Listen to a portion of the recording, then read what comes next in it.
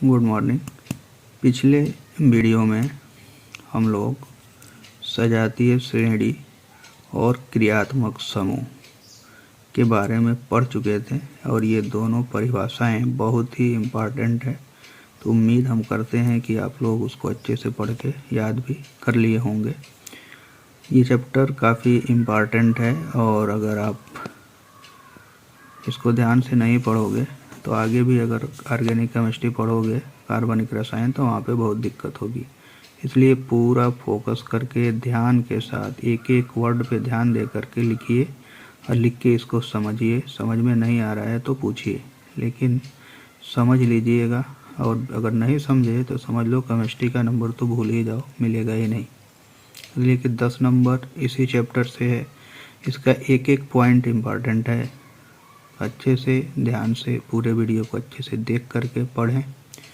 पढ़ने के बाद जिन लोगों के पास अगर वीडियो नहीं पहुंच पा रहा है किसी वजह से, अगर आपके संपर्क में है तो कम से कम लिंक ही उनके पास भेज दें, क्योंकि अगर उनको नोटिफिकेशन नहीं मिल पा रहा हो तो वो भी मतलब देख करके पढ़ लें।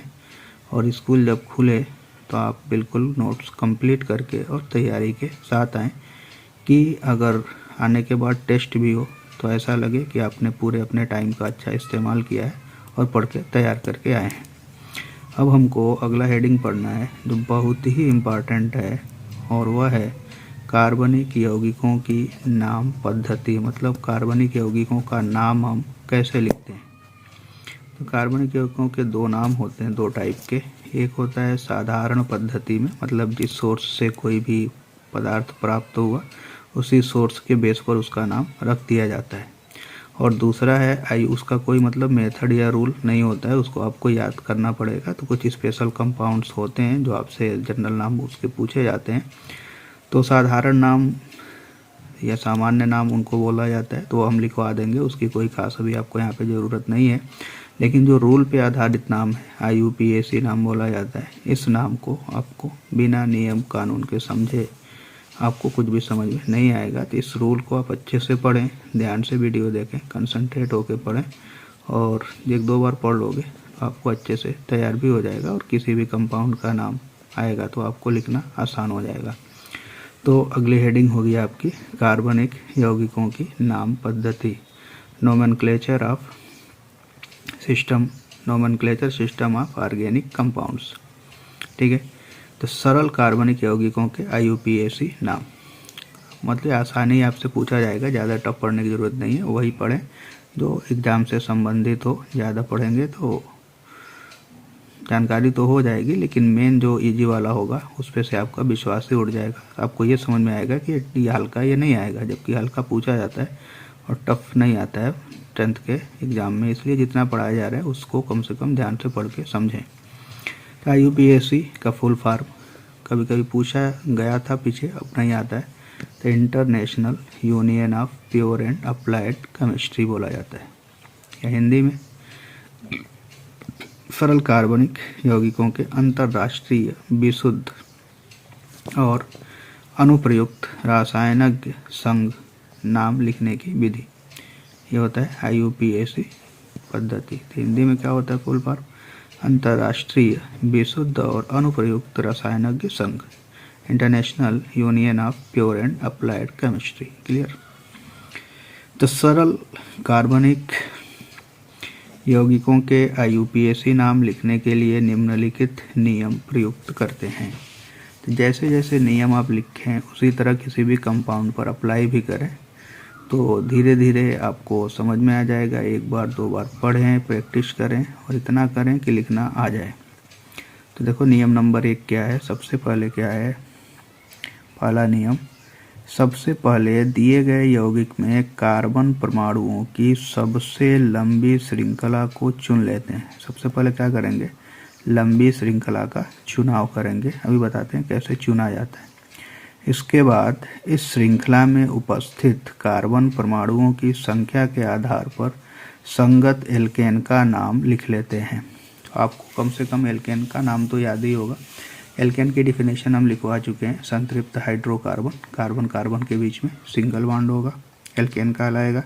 एक कार्बन का एल्केन को क्या बोलते हैं? मेथेन, 2 को एथेन, 3 को propane, butane, pentane, hexane, heptane, ऐसे करके कम से कम 10 तक आप याद कर लेंगे।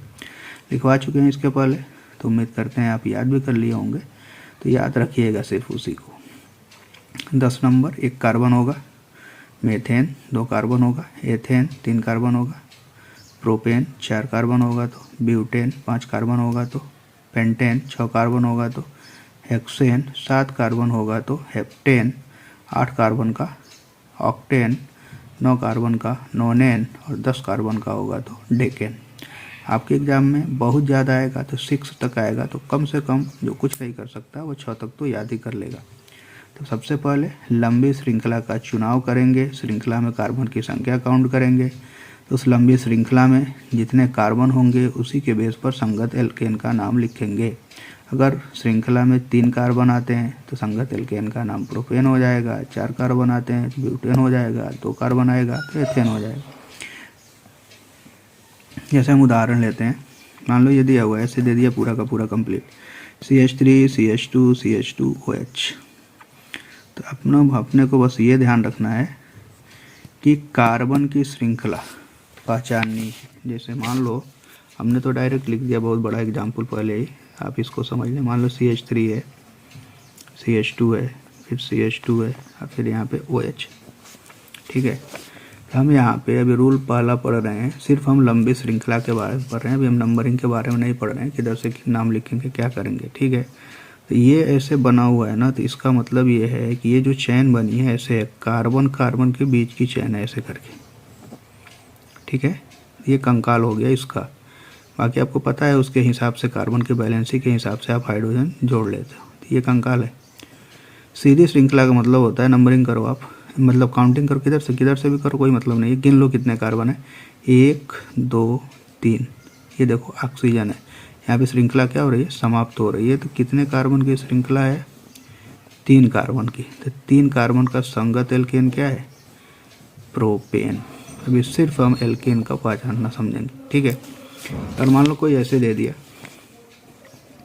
CH3 CH3 CH3, तो कंफ्यूज बिल्कुल नहीं होना है, एकदम कंकाल बना लो, 1 फिर 2 फिर 3 फिर ये 4। तो श्रृंखला का मतलब होता है एकदम सीधा चलना है, कहीं से भी शुरू करो आप, किनारे से किसी एक, मतलब यहाँ शुरू किए तो यहाँ से यहाँ पे पहुँचे 1, फिर यहाँ पहुँचे तो 2, यहाँ पहुँचे तो 3। जंप नहीं मारना है बल्कि रास्ता पकड़ के चलना है, तो इसलिए यहीं पे आके आपको क्या हो जाओगे? ब्रेक। कितने कार्बन की? 3 कार्बन की। इसी को हम चाहें तो ऐसे कर लें, 1 2 और ये 3 और ये 4। 4 कार्बन नहीं है, लंबी श्रृंखला चुनना है हमको। मान लो यहाँ से हमने शुरू किया, तो यहाँ से देखो सीधे रास्ता पकड़ के यहाँ गए, 1 यहाँ पहुँचे तो 2, अगर इधर जाओगे तो 3। अब यहाँ से इस पर जंप तो नहीं मारना है ना, तो क्या करो, इधर जाओगे तब भी 3, या इधर से आप इधर जाते हो तब भी 3। अगर इधर जाते हो तो ये लंबी श्रृंखला हो गई, इतना कार्बन, 1 2 3। कितने कार्बन की श्रृंखला है? 3 कार्बन की, इसलिए संगत एल्केन क्या हो जाएगा? प्रोपेन। तो लंबी श्रृंखला, ये नहीं कि देख के कार्बन गिन लिया आपने, 1 2 3 और 4, तो देख लिए 1 2 3 4 तो है, तो ब्यूटेन होगा, ऐसा नहीं होता, ये गलत है, ठीक है। क्या करना है? एकदम सीधे रोड पकड़ के, मान लीजिए carbon carbon carbon carbon carbon, फिर यहाँ पे कार्बन दिया हुआ है, फिर इधर भी कार्बन है। आपको श्रृंखला का चुनाव, लंबी श्रृंखला क्या है, तो चलें एक तरफ से, 1 2 3 4, सीधे सीधे पहुँच गए तब भी 4।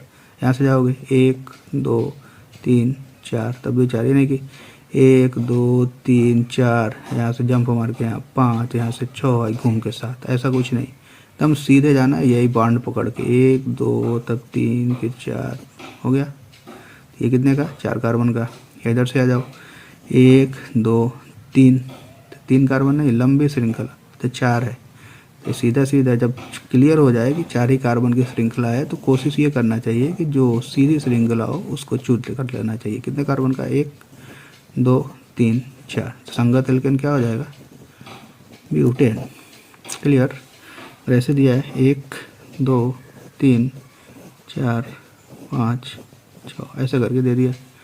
अब लंबी श्रृंखला का मतलब ना 1 2 3 4 नहीं, 1 2 3 4 5 ऐसे पकड़ के आ रहे हैं तो कहाँ पर पहुँच गए 5 पर, ऐसे जा रहे हैं तो 4 ही हो रहा है।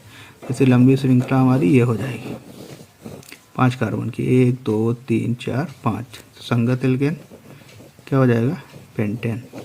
ठीक है, तो कोई भी कंपाउंड दिया हो, सबसे पहले अगर आपने श्रृंखला चुनना सीख लिया तो दो ही चीज़ इसमें आना चाहिए, एक नंबरिंग, एक श्रृंखला का चुनाव। तो सबसे पहला काम क्या है, श्रृंखला का चुनाव। मान लो ऐसे दे दिया CH3 CH2, इधर दे दिया CH2, इधर दे दिया CH2 और यहाँ दे दिया है CH3, यहाँ है CH3। अब लंबी श्रृंखला का मतलब यहाँ से मान लो चल रहे हो 1 2 3 नहीं, 1 2 3 4, 4 कार्बन, चाहे इधर से चलो 1 2 3 4, एकदम रूट पकड़ के चलना है, लंबा आ जाना चाहिए। एक 4 का मिल रहा है, एक 3 का मिल रहा है, तो बड़ा कौन 4 या 3, तो 4। तो जब 4 बड़ा है, इसलिए लंबी श्रृंखला का जब आप चुनाव करोगे तो कितने कार्बन की चयन होगी 4 कार्बन की, और संगत एल्केन क्या हो जाएगा ब्यूटेन। क्लियर। देखो उदाहरण है यहाँ पे, जैसे ये CH3 CH2 CH2OH, संगत एल्केन का नाम क्या होगा प्रोपेन। इसी तरह ये CH3 CH CH3 CH3, गिन लो 1 2 3 कार्बन, तो संगत एल्केन का नाम फिर यहाँ भी क्या होगा प्रोपेन। अब यहाँ पे संगत एल्केन का नाम, यहाँ पे देखो 1 2 3 4, कार्बन का C है, ये क्लोरीन का C है, ये नहीं कि जाके जोड़ देना इसी में C दिख रहा है, नहीं, कितने कार्बन 1 2 3 4 कार्बन की चेन, 4 कार्बन की चेन, तो संगत एल्केन क्या होगा ब्यूटेन।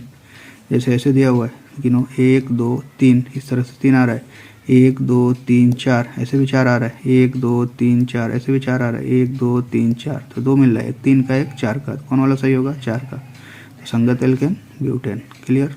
संगत एल्केन का नाम लिखे हैं, इस कंपाउंड का नाम नहीं लिखा है मैंने, संगत एल्केन, किस एल्केन से ये कंपाउंड बना है, तो पहला वाला किससे बना है प्रोपेन से, दूसरा वाला भी प्रोपेन से, तीसरा वाला ब्यूटेन से, चौथा वाला ब्यूटेन से। क्लियर। अच्छे से एक बार पहला रूल क्या करना है, सबसे पहले लंबी श्रृंखला का चुनाव करना है। कैसे चलना है, एकदम बांड पकड़ के चलना है, जंप नहीं मारना है, लंबी श्रृंखला को चुनना है। क्लियर। अच्छे से आप इसको 1 2 बार 3 4 ऐसे ही जनरल कंपाउंड का एग्जाम्पल लिख लिख के आप चुनाव कर सकते हो। ठीक है, पहला तो ये हो गया। दूसरा सेकंड देखो, दूसरा नियम क्या है, नियम नंबर 2, कार्बन परमाणु की चुनी गई श्रृंखला में कार्बन परमाणुओं की संख्या क्रम से लिखते हैं। तो क्रम से लिखा जाता है, क्रम का मतलब नंबर से, जैसे गिनती होता है 1 2 3 4 5। देखो यहाँ से संख्या का क्रम उस सिरे से प्रारंभ करते हैं जो पार्श्व श्रृंखला या क्रियात्मक समूह को वहन करने वाले कार्बन परमाणुओं को न्यूनतम संख्या दे। क्या मतलब इनका ये है कि मान लो अगर ऐसे कोई कंपाउंड दिया है CH3 CH2 CH2OH, वही वाला उदाहरण ले रहे हैं फर्स्ट वाला। आपने क्या किया, सबसे पहला काम लंबी श्रृंखला का चुनाव कर लिया, तो आपको पता चल गया कितने कार्बन का है 1 2 3 कार्बन का, तो संगत एल्केन तो हमारा हो गया क्या प्रोपेन। ठीक है, अब नंबरिंग करना है, तो 2 तरीके हमारे पास 1 2 3, या इधर से कर लो 1 2 3। तो रूल क्या है कि नंबरिंग हम उधर से करते हैं जिधर से उस कार्बन को सबसे कम नंबर मिले, जिस कार्बन से कोई क्रियात्मक समूह या क्या बोलते हैं उसको क्रियात्मक समूह या प्रतिस्थापी जुड़ा हुआ है। तो अगर आप इधर से काउंटिंग कर रहे हो, इसी कार्बन से ये OH जुड़ा हुआ है, तो इधर से काउंटिंग करने पे 1 पे आ रहा है, इधर से काउंटिंग करने पर 3 पे आ रहा है, तो कम कौन है 3 या 1 या 3, तो कम कौन है 1 और ये 3 ज़्यादा है, इसलिए जो ये वाली हमारी नंबरिंग होगी ये गलत होगी और ये वाली नंबरिंग सही होगी। ये तो मान लो ऐसे दे दिया CH3 CH2 CH3 और यहाँ भी क्या है CH3, यहाँ पे कोई क्रियात्मक समूह नहीं लगा हुआ है, ये ग्रुप लगा हुआ है। तो अब यहाँ पे देखो, अगर आप नंबरिंग करो कितने कार्बन की चेन है 1 2 3 4 कार्बन का। ठीक है, चाहे ऐसे चले जाओ 1 2 3 4, तो 2 तरह से आप नंबरिंग कर सकते हो 1 2 3 4, या इधर से करो 1 2 3 4। तो नियम क्या है, नियम ये है कि उस कार्बन को कम से कम नंबर मिलना चाहिए जिस कार्बन से ग्रुप जुड़ा हुआ है। तो अगर ये मेन चेन हो गया तुम्हारा सीधी श्रृंखला, ये जो साइड में निकल रहा है ना, इसी को हम बोलते हैं साइड चेन, ठीक है, या इसको कहते हैं पार्श्व श्रृंखला। ये पार्श्व श्रृंखला हो या क्रियात्मक समूह हो, इस कार्बन को कम नंबर मिलना चाहिए जिससे ये जुड़ा हुआ है। इधर से जाते हैं तो 3 पे आ रहा है, इधर से आ रहे हैं तो 2 पे आ रहा है, तो नंबरिंग कौन वाली सही होगी, नीचे वाली, ऊपर वाला गलत होगा। क्लियर, समझ में आ गया होगा। तब यहाँ से उदाहरण पे आ जाते हैं। देखो यहाँ सिर्फ नंबरिंग की बात अगर करें, CH3 CH2 CH2 OH, इधर से जाते हैं तो 1 2 3, 1 पे आ रहा है, इधर से जाने पर 3 पे आ रहा है, तो ऊपर वाला सही है, नीचे वाला गलत है, ठीक है।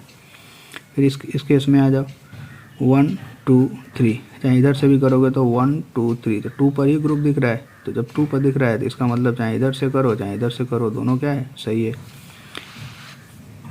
फिर उसके बाद यहाँ से नंबरिंग देख लो, 1 2 3 4, इधर से करोगे तब भी 1 2 3 4, किससे जुड़ा हुआ है, इस कार्बन से ये Cl जुड़ा हुआ है, तो इधर से जाने पर 1 नंबर, इधर से जाने पर 4 नंबर, तो कौन वाला सही, नीचे वाला, ठीक है।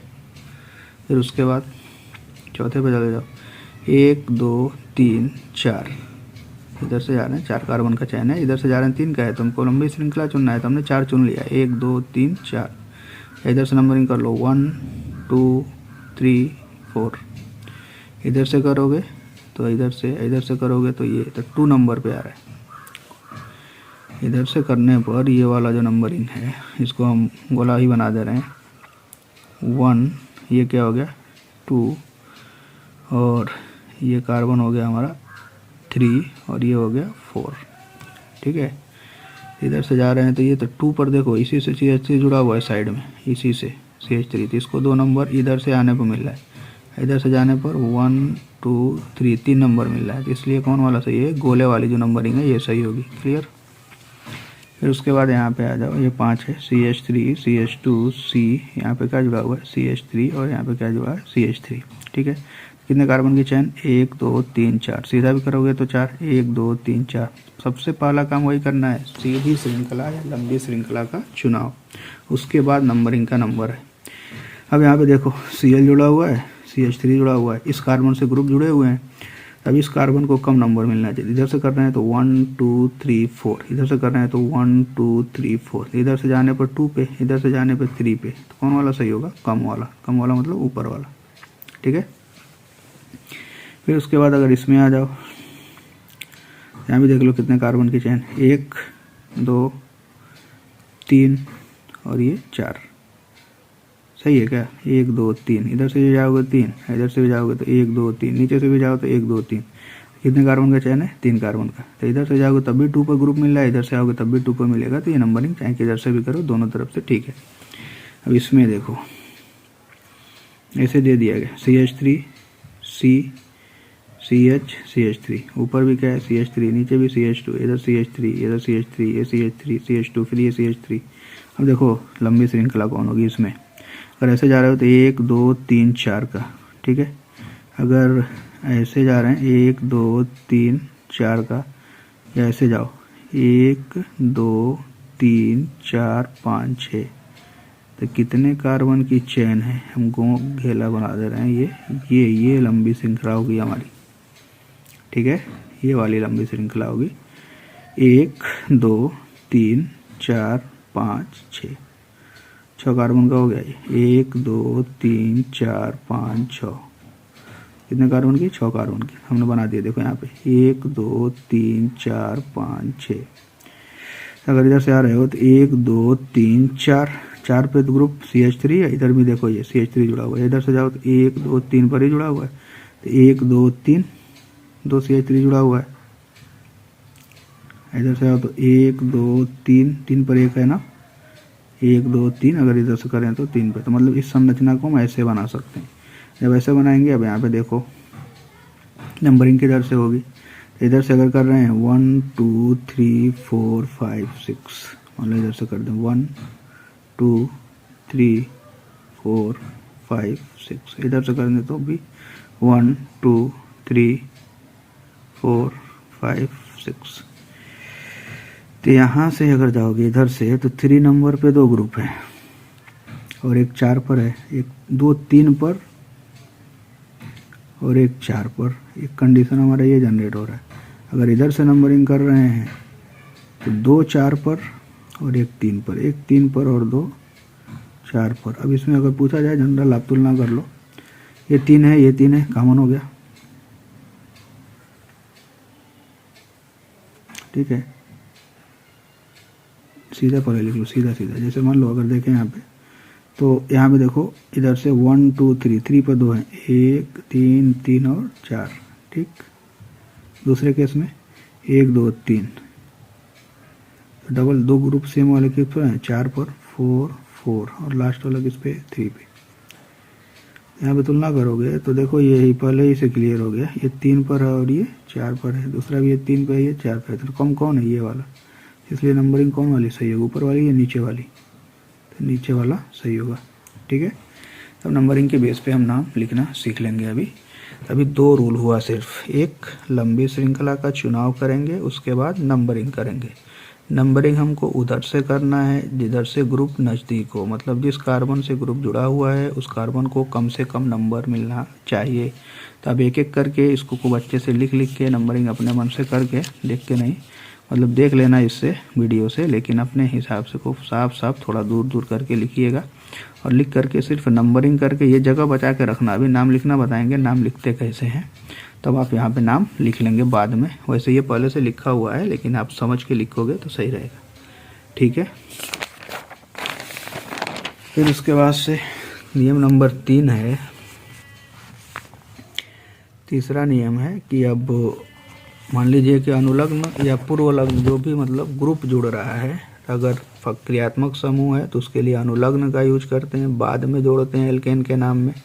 और पूर्वलग्न को जैसे कोई प्रतिस्थापी जुड़ा हुआ है तो उसको पूर्वलग्न के रूप में लिखा जाता है। तो ये ग्रुप तो आपको याद होना ही चाहिए। मान लो यौगिक है हैलो एल्केन, हैलो का मतलब हैलोजन लगाओ, क्लोरीन ब्रोमीन कुछ भी, तो लगभग जनरल आपको यही मिलेगा, क्लोरो और ब्रोमो वाला सिस्टम। मान लो ये Cl लगा हुआ है, तो अब इसी को जनरल नाम अगर हम देखें तो 1 2 3 कार्बन है तो प्रोपेन होगा, कन्फर्म है। ये Cl है, ये पूर्वलग्न के रूप में यूज होता है। किस रूप में, पूर्वलग्न, मतलब एल्केन के नाम से पहले इसका नाम लिखा जाएगा, तो क्लोरोप्रोपेन। अब नंबरिंग आपको कर लेना चाहिए। यहाँ से नंबरिंग आप इधर से करोगे ना, 1 2 3, तो 1 पे क्या हो जाएगा, 1, तो नाम इसका क्या होगा, 1 क्लोरोप्रोपेन। क्या नाम हो जाएगा, 1 क्लोरोप्रोपेन। क्लियर। फिर उसके बाद से एल्कोहल है, तो एल्कोहल में अनुलग्न जोड़ा जाता है OL। कैसे जोड़ा जाता है बताएंगे, आप याद करिएगा। एल्कोहल का अनुलग्न क्या होता है, OL। ये बना लेंगे, लिख लेंगे, अभी समझाएंगे आगे तो आपको और क्लियर होता चला जाएगा। अगला है एल्डिहाइड। एल्डिहाइड का अनुलग्न क्या होता है, अल, AL, ठीक है। अगर हिंदी में आ जाओगे ना तो ऐसे होता है ऑल, आ लिख के ऐसे ऊपर ऐसे होता है। और अगर इंग्लिश में क्या बोलते हैं, एल्डिहाइड के लिए आ जाओ ना तो सिर्फ अल होता है, ठीक है। फिर उसके बाद से कीटोन में आ जाओ। कीटोन का फंक्शनल ग्रुप आपको पता है सबका, क्या होता है यहाँ पे, CO। जैसे एल्कोहल के लिए पढ़ चुके हो, इसके पहले बता चुके हैं, क्या होता है, OH। एल्डिहाइड के लिए क्या होता है, CHO। कीटोन के लिए क्या होता है, C double bond O। Carboxylic के लिए क्या होता है, COOH, ठीक है। तो COH अगर ग्रुप जुड़ा होगा तो क्या हो जाएगा, ओइक एसिड जोड़ेंगे। क्या जोड़ेंगे लास्ट में, ओइक अम्ल, ठीक है। अगर अनुलग्न ओन है, कीटोन है, तो लास्ट में क्या जोड़ोगे, ओन, ONE, ओन, ठीक है। फिर उसके बाद से इन है, अगर डबल बॉन्ड दिख रहा है तो आपको क्या जोड़ना पड़ेगा, इन जोड़ना पड़ेगा। पूरा एन हटाएंगे, इन जोड़ेंगे, ये हम बता देंगे कैसे करना है, ठीक है। इसमें अनुलग्न एल्कीन के रूप में क्या लिखा है, एल्केन नहीं होता, क्या होता है, एल्कीन। इसी तरह अगर ट्रिपल बॉन्ड हो जाएगा तो क्या हो जाएगा, एल्काइन। तो ये आप पूरा अच्छे से याद कर लेंगे, लिख के याद करके आएंगे। फिर अगला रूल हम अगले दिन पढ़ाएंगे और पढ़ाने के बाद फिर वहाँ से हम नाम लिखना सीखेंगे। क्लियर। एल्कीन अनुलग्न क्या होगा, इन। एल्काइन अनुलग्न क्या होगा, आइन।